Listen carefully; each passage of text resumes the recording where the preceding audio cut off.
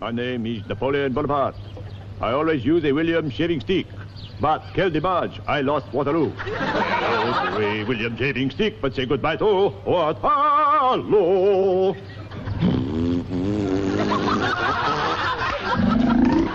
Yes, it's lovely Spike Milligan. In-O-N-C-O-L-O-U-R.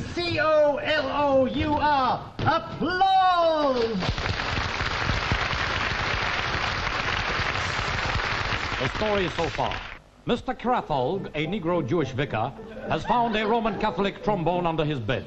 He is about to operate when a one-eyed, hunchbacked Methodist lino cutter comes in. Now, read on. Yes, son. Yes, son. How many times? So is Roman Catholic Mass having a confessional.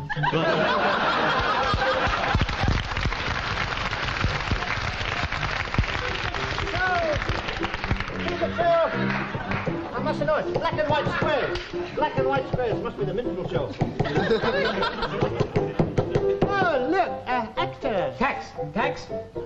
Chicken. What? Tax. Chicken. Relax, don't listen to the rehearsal. No. Relax. Right. Tax. Chicken. Who's playing?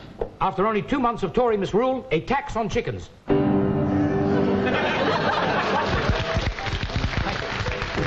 You gave out tickets. What? Hello, a customer. Oh, look, an acting butcher. Hello, good morning. Isn't it a lovely morning? What? Do you want a weather forecast or do you want meat? Do you want to try that line again? Yeah. You want a weather forecast? Listen, do you want a weather forecast or do you want meat? All right, I'll settle for meat. Fish Ginsburg! Just a minute. What? Fish Ginsburg! I'll have the meat. Just a minute. Yeah. Just a minute. All right. Come, wait. Come on. Change key, please. Change key, please. Why are you kneeling? What? Oh, I've just come from church and I've got a bad memory.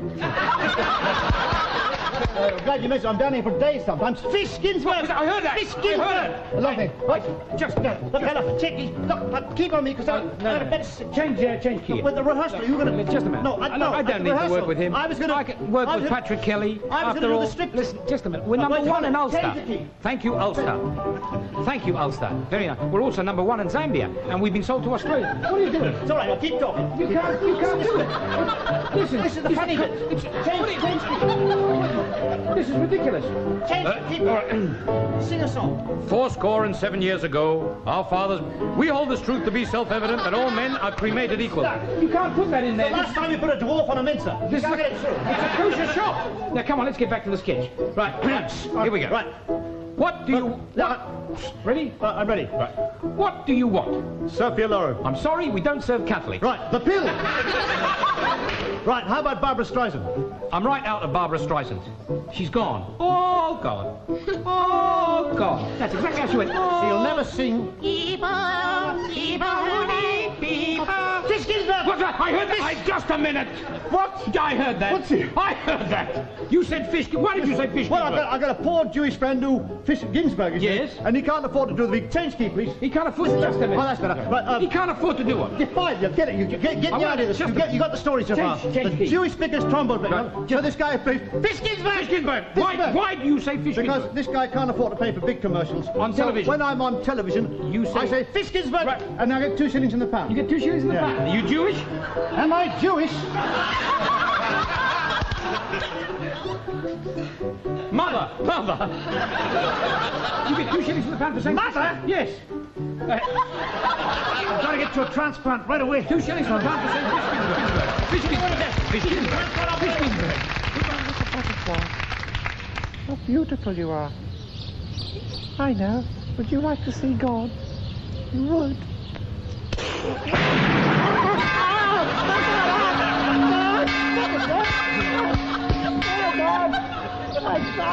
The first one today, it's the first one. Are you sure this is the place? Don't know, he said near it. How do you spell it? Waterloo. This must be the place.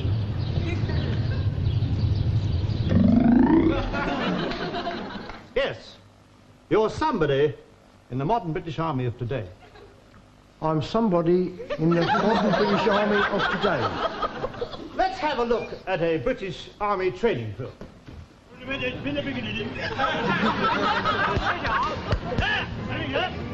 Can you tell us about this exercise, Sergeant Major Gilgood?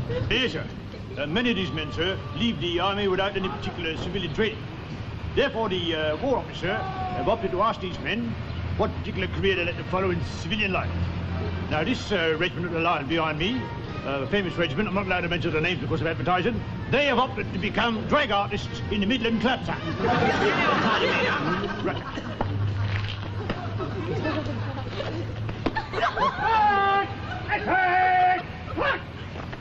Now then, you lovely darlings, on the command one, you will pick up your silk sheath dresses, soldiers for the uses of. What? Steady now, steady. On the command you'll be given, you will place the left foot into the dress and pull it up from the ground upwards in a wriggling motion. Silk sheath dresses, out! 1, 2, 3. 1, 2, 3. 1, 2, 3. What's the matter with you, Doris Day, darling? You'll never make an act like that. Lovely to look at, you liable to know how I'll Kevin to kiss. Right, now, following that, we will discard the male military nut by the dexterous use of a blonde wig's WD. We'll pick these up between the thumb and the index finger, place them on the nut. Right, blow wigs! On! 1, 2, 3, 1, 2, 3, 1, 2, 3, 1.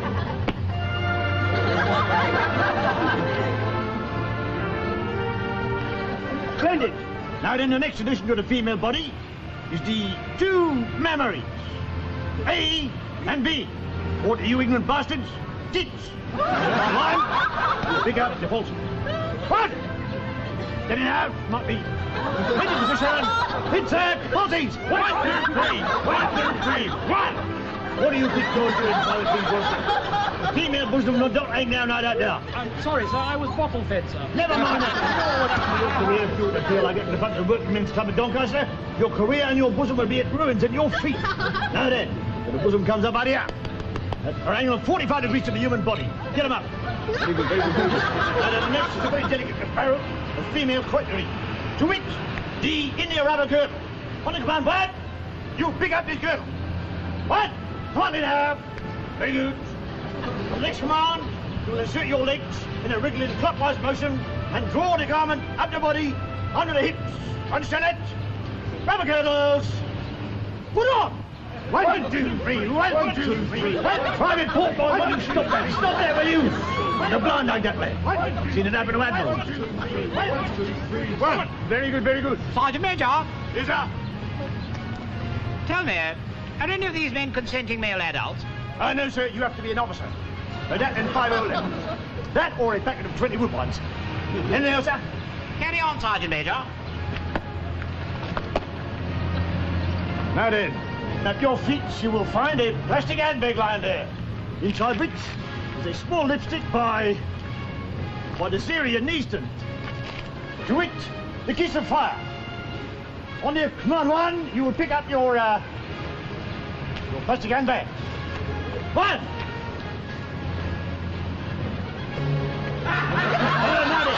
Command 2, you will retrieve your lipsticks. 2.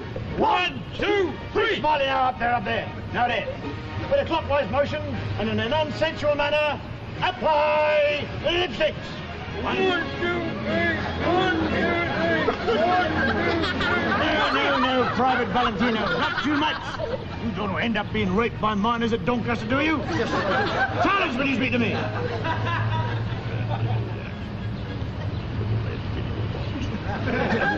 Married! Tonight is play night in the guards' barracks. Stay clear. Company, right, hit! 1, 2, 3. To your own beds. Remember this order now. To your own beds. With mouth. You have just been watching a training exercise showing you the after-service careers available to you in the modern British Army.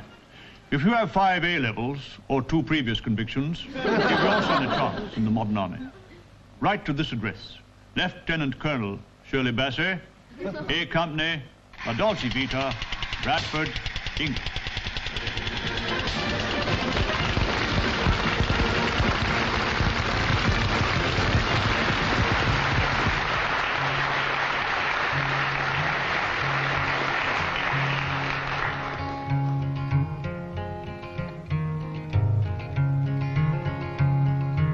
Thank you, Mrs. Gilbert, for the loaning of your son.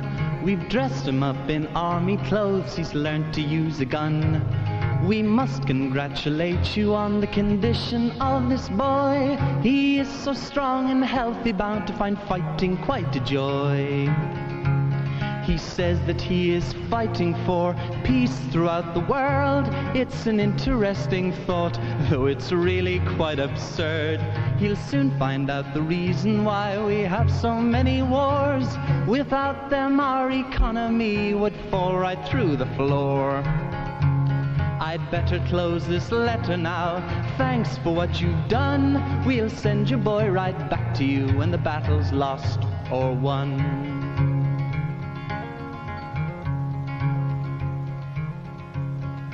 Thank you, Mrs. Gilbert, for the loaning of your son. We hope that he got home to you and is having loads of fun. You'll notice that he's changed a lot since first he learned to fight. It's normal, too, to find he wakes up screaming in the night. And by the way, we understand you have more kids in store. We'll be glad to take them off your hands when we start another war. The motherland is proud of you. Thanks for what you've done. A medal has been forwarded. Please give it to your son.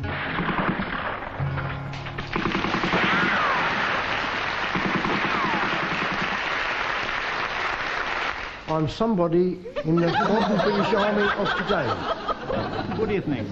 Tonight at the Centre Inside Leg 42 Club, we are to see the latest work of avant-garde Irish playwright Samuel Beckett.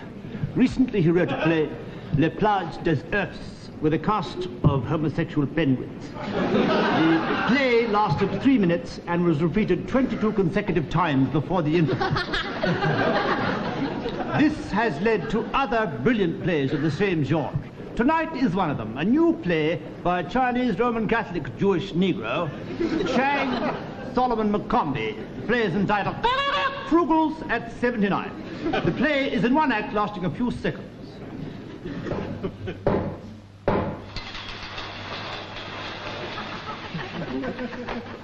Oh! Oh! Mother!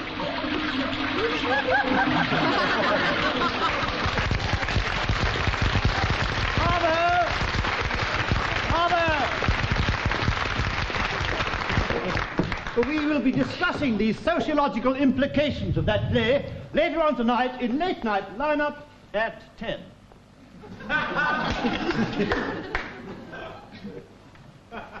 Earlier this evening we watched the new play by Chang Solomon McCombie, play entitled Frugals at 79. Richard Harris of the Sunday Times, what did you think? I was picking up my program and I missed it.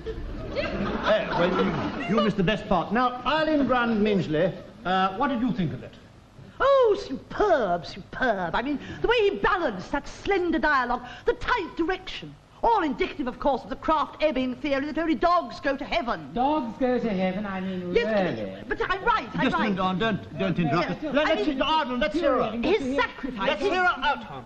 His sacrifice of the traditional 3 acts, leaving the audience to imagine the interval. I mean, this has practically cleansed the theatre of the post-war clutter of cheap farces. I thought so. I mean, to get the whole story over in 5 seconds. This is the work of a gargantua. Nay, a colossus. I liked it. Good, loved it. Tonally, root lightly, what did you consider? Yes. I didn't see it. Oh, right. I went to see Mrs. Halford. Is that a play? No, just a friend. She went to see it. Oh, good. We'll come back to Tony later on that. Now then, Arnold Thrash. You're a playwright and a labourer. How do you rate Beckett as a craftsman? Well, I think he's good, but I don't think he's that good. I mean, I feel that he missed a golden opportunity in his play, with his frontal nude. I mean, I think it lacked the impetus the play needed. If I'd have written the play, I'd have had the lead actor on stilts. Yeah, but surely the whole point there was that he should be lying down. Yes, well, I would still have him lying down, but he'd still be on stilts. Yes, but regarding the full frontal nude, I mean, that did happen. I mean, if you'd read your programme notes, you'd see the moment the curtain came down, the entire cast stripped and performed a ritual copulation with a seedless date part of some several summers. Yes, I thought that was Did they eat toast and honey in the play? No, why? I rather like toast and honey.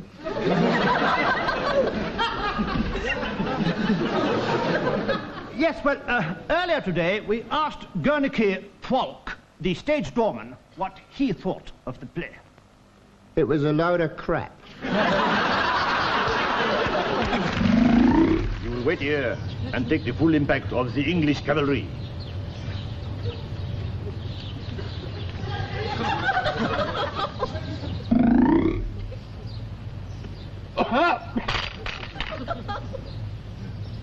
We're never going to win. Good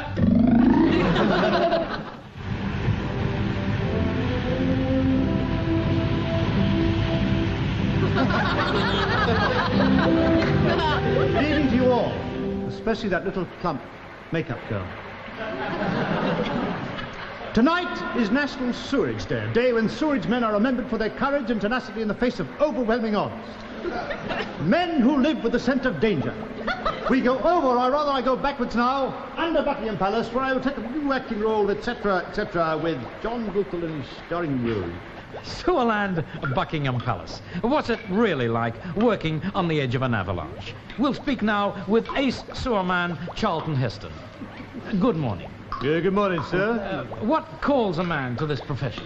Well, you got to be born with sewage in your blood, sir. My father had it in him, and his father before him, right up to the next, if they were. I see. It's a great privilege to work for the royal family. It's a honour. I see, it's an honor. Now, you are head sewerman now by appointment. But when did you really hit it big? The big what? Well, the big time. When did you really hit the big job? Well, that was before the war, sir. I was a trainee sewer in a light load sewer at Neasden. And then come the big break, the George V coronation. Luggage number 3 clear. Right, keep your steamer on number 4 and your 2 coolers on number 8. Yes, it was a coronation. And I got transferred here for the big day. My word, that was a great day for me. We were very busy. Very, very busy. I mean, they had all these big banquets up the top there, you know. And we had our hands full down here, I might say. Yes, sir. So then, the people up top, mind you, they thought they were seeing a lot, but it was all happening down here. Oh, my word, it was all happening down here. And it looked marvellous down here, sir. Marvellous. We put all the red, white and blue flags of all the nations up. We had the Queen Mother on the number 1 strainer. We had George V on the number 2. I see, yes. And the Prince of Wales, that's your old Prince of Wales, we had him on the number 3 strangler. It was marvellous. I tell you, sir, that was a great day for me. I was proud to be British, sir. Proud to be British. And of course, my father, he was so happy he'd bring the whole family down here for a chicken lunch. I see. So died a week later. The nation shared a great experience on that day. Oh, yes. And we had our share of it down here as well, I might say. Yes, sir. Hello? That's Philip. That's Philip. It's regular clockwork. Tell me this. It's the breeding that does it. I see. The breeding. Yes. And the health food thing. Is there any is there any snob element at all in your profession? Oh, yeah. You got to keep your place. I see. You got to keep your place. I mean, there's people down here who would like my job. I see. You know? Why is that? Well, you see, you get the top quality sewage down here. This is a top quality stuff. None of this cheap stuff down here. And I might say we get temptation put in our way, sir. I see. I mean, souvenir artists come down here, offering us money for things, you see. And you take these. We had a big banquet for the High Commissioner of India last year, and they put on a curry. My word, it was red hot down here, sir. Red hot. Anyhow, the Paris Match got wind of it, and they come down, and they offered us £5 a time to take photographs of things. I said, no, thank you, Froggy. We may be skint, but we got our pride. Tell me, did you get this job because of your size? Oh, yes. I can get where the brush can't. Yes, sir. We call him Arpic, sir. Arpic. Tell me... Look out! Look out! Make a note. They're starting earlier in Prince Charles at 6 in the morning, sir. Would you make a note? Tell me, excuse me, is this job worth all the worry and the drawbacks? Oh, yes. I mean, to most people, this is just sewage. But to us, it's bread and butter. Would you mark it, sir? On the birthday honours, if you believe it, OBE. Oh, well... OBE, if you mind. Well, it must have been a great day at the palace that day. Oh, they don't let the sewermen in the palace, sir. No, there's a special ceremony for the sewermen, for the OBE. What happens is we come down here in full regalia, and the Queen, she rises early and goes towards the East Kazi in the East Wing. She raises the seat and drops the OBE down to Kazi. She pulls the royal flash, and the OBE comes out of the Edward VII sewer, which is particular to that particular award, sir. Thank you. So, there it is. The OBE, a grateful Queen's recognition for a faithful servant, actually comes out of the Edward VII drain, which is exclusive to that particular award. Now, it is little known that any treasure that comes down the royal pipes is called the affluence treasure, and becomes the property of the finder. So, we're about to witness now the idiosyncrasies of this ceremony which accompany the finding of these affluence treasures.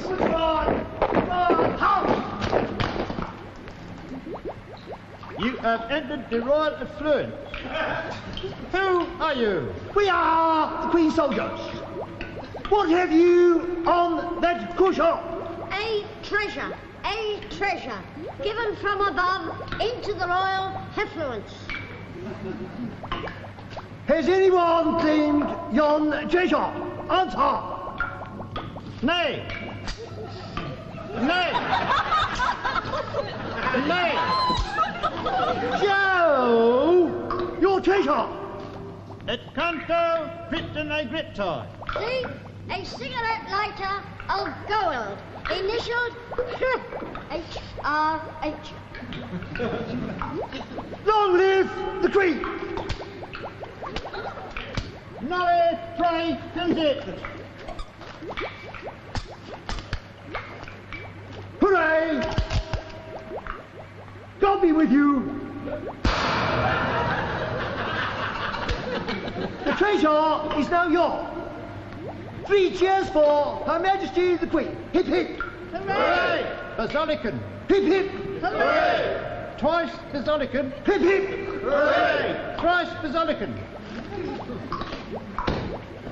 All is well in the royal Kazi. So, there it is then, the final ceremony of the affluence treasure. Next week, we visit Edward Heath, and we ask the question, is he? From the bowels of the earth, then, it's good night.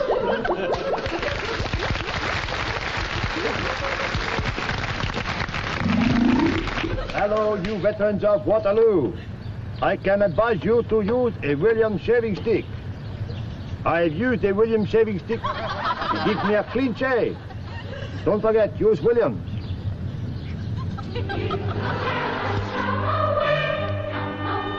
And now the Reverend John Thomas will deliver the epilogue.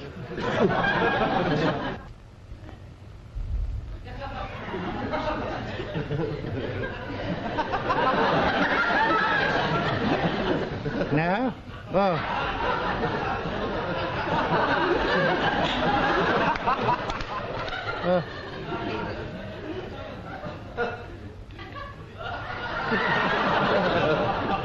Good evening. I was watching the television the other day, and I saw a very funny ventriloquist act. He was funny.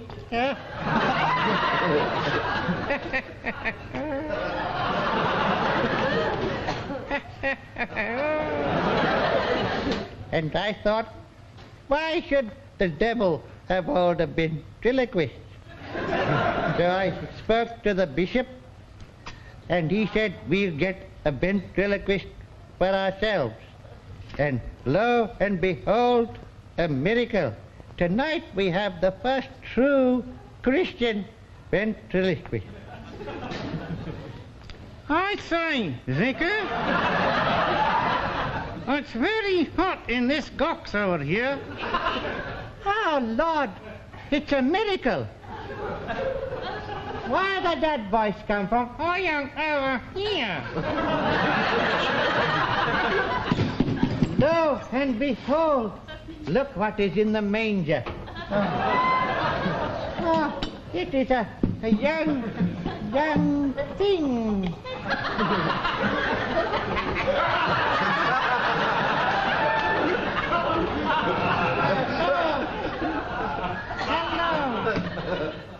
Hello. How are you? I am all right.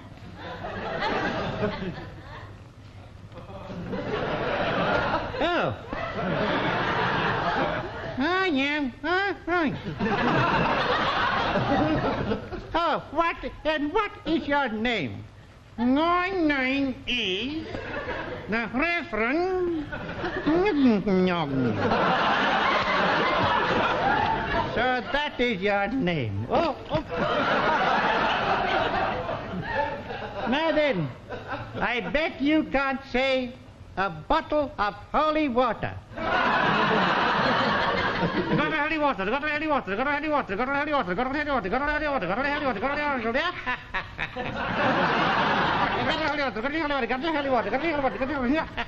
Now tell me.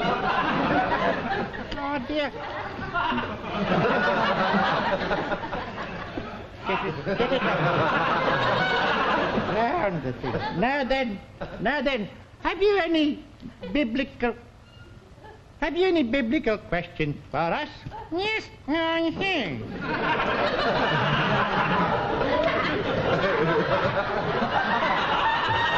Now then, why did Moses cross the Red Sea? I don't know. Why did Moses cross?